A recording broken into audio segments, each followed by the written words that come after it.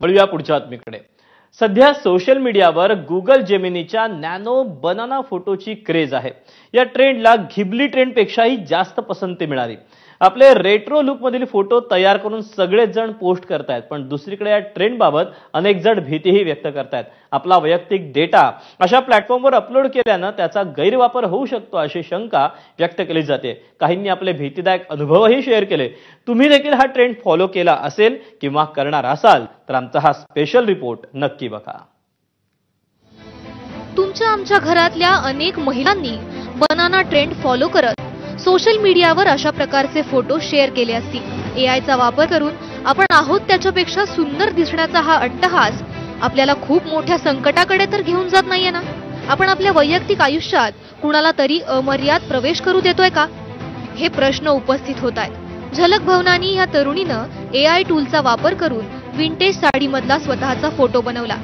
त्यासाठी प्रॉम्प्ट देताना तिनं जो फोटो दिला होता त्यात तिच्या हातावरचा तीळ कुठेही दिसत नव्हता, पण जेव्हा एआयनं तिचा फोटो बनवला त्या फोटोत तिच्या हातावर तो तीळ स्पष्ट दिसत होता।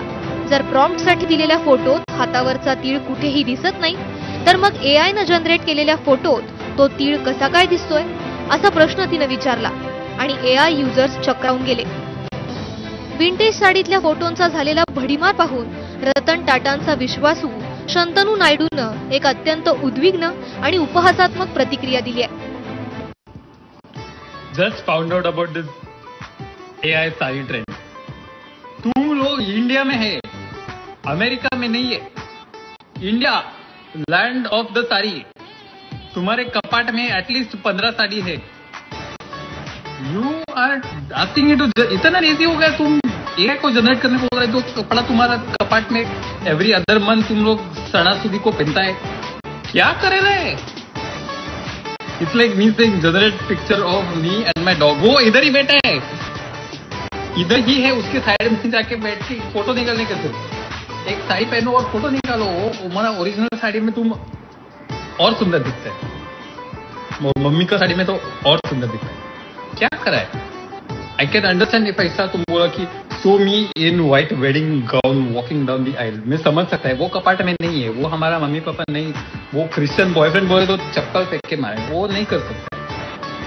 लेकिन साड़ी इंडिया का ही आइटम है, तो पहनो और ले लो फोटो। क्या इतना वाद विवाद क्यों करता है कि सेफ है नहीं है? वो तो आउट ऑफ क्वेश्चन। याच एआयनं अनेक सेलिब्रिटींना अडचणीतही आणलंय। एखाद्या वेगळ्या व्यक्तीच्या जागी रश्मिका मंदना, सचिन तेंडुलकर, आलिया भट्ट, कटरीना कैफ यांचा चेहरा वापरून त्यांचे डीप फेक व्हिडिओ बनवले गेले। केवळ काही क्षणांच्या आनंदासाठी बनवलेला एक फोटो आपलं आयुष्य उद्ध्वस्त करू शकतो। फोटो एआय वर अपलोड केल्यामुळे गोपनीयतेबाबत चिंता व्यक्त होते। अपलोड केलेले फोटो एका क्लाउडवर स्टोअर होतात। फोटोचा ऍक्सेस कुणाकडे याची ठोस माहिती नाहीये। स्पष्ट चेहरा दिसत असलेला फोटो अपलोड केल्यामुळे भविष्यात गैरवापर होण्याची शक्यता आहे। वैयक्तिक डेटा लीक झाला तर शेकडो बनावट कागदपत्र बनवली जाण्याची शक्यता आहे। नॅनो बनाना एआय सारखे ट्रेंड सौंदर्याच्या सामाजिक धारणा बदलू शकतात। आपण स्वतःला एआयच्या माध्यमातून बघू लागलो तर निसर्गतः आपण जसे दिसतो तसं स्वतःला स्वीकारणं अवघड जाईल। आणि महत्त्वाचं म्हणजे माय फेस सारख्या प्लॅटफॉर्मवर आपण आपला वैयक्तिक डेटा अपलोड केला तर नंतर तो डिलीट करणं शक्य नसतं। तुम्ही प्रिकॉशन्स काय घ्याल इकडे? कधी असं एआय वापरू नका जो तुमचा क्लाउड मध्ये फोटो अपलोड करतो। लोकल एआय असेल जो तुमच्या मोबाईलवरच ठेवतो फोटो आणि तिथे प्रोसेस करून देतो, असं एआय वापरा। तुमच्या फोटो किंवा व्हिडिओवरती वॉटरमार्क लावा, म्हणजे तुम्हाला कळेल तुमचा व्हिडिओ किंवा फोटो होता का। तिसरी म्हणजे गोष्ट महत्वाची की तुम्ही आपले टर्म्स आणि कंडिशन्स वाचा, त्यांची प्रिव्हसी पॉलिसी वाचा। ती जर तुम्हाला मान्य नसेल तर तुम्ही अशा एआय वापरू नका।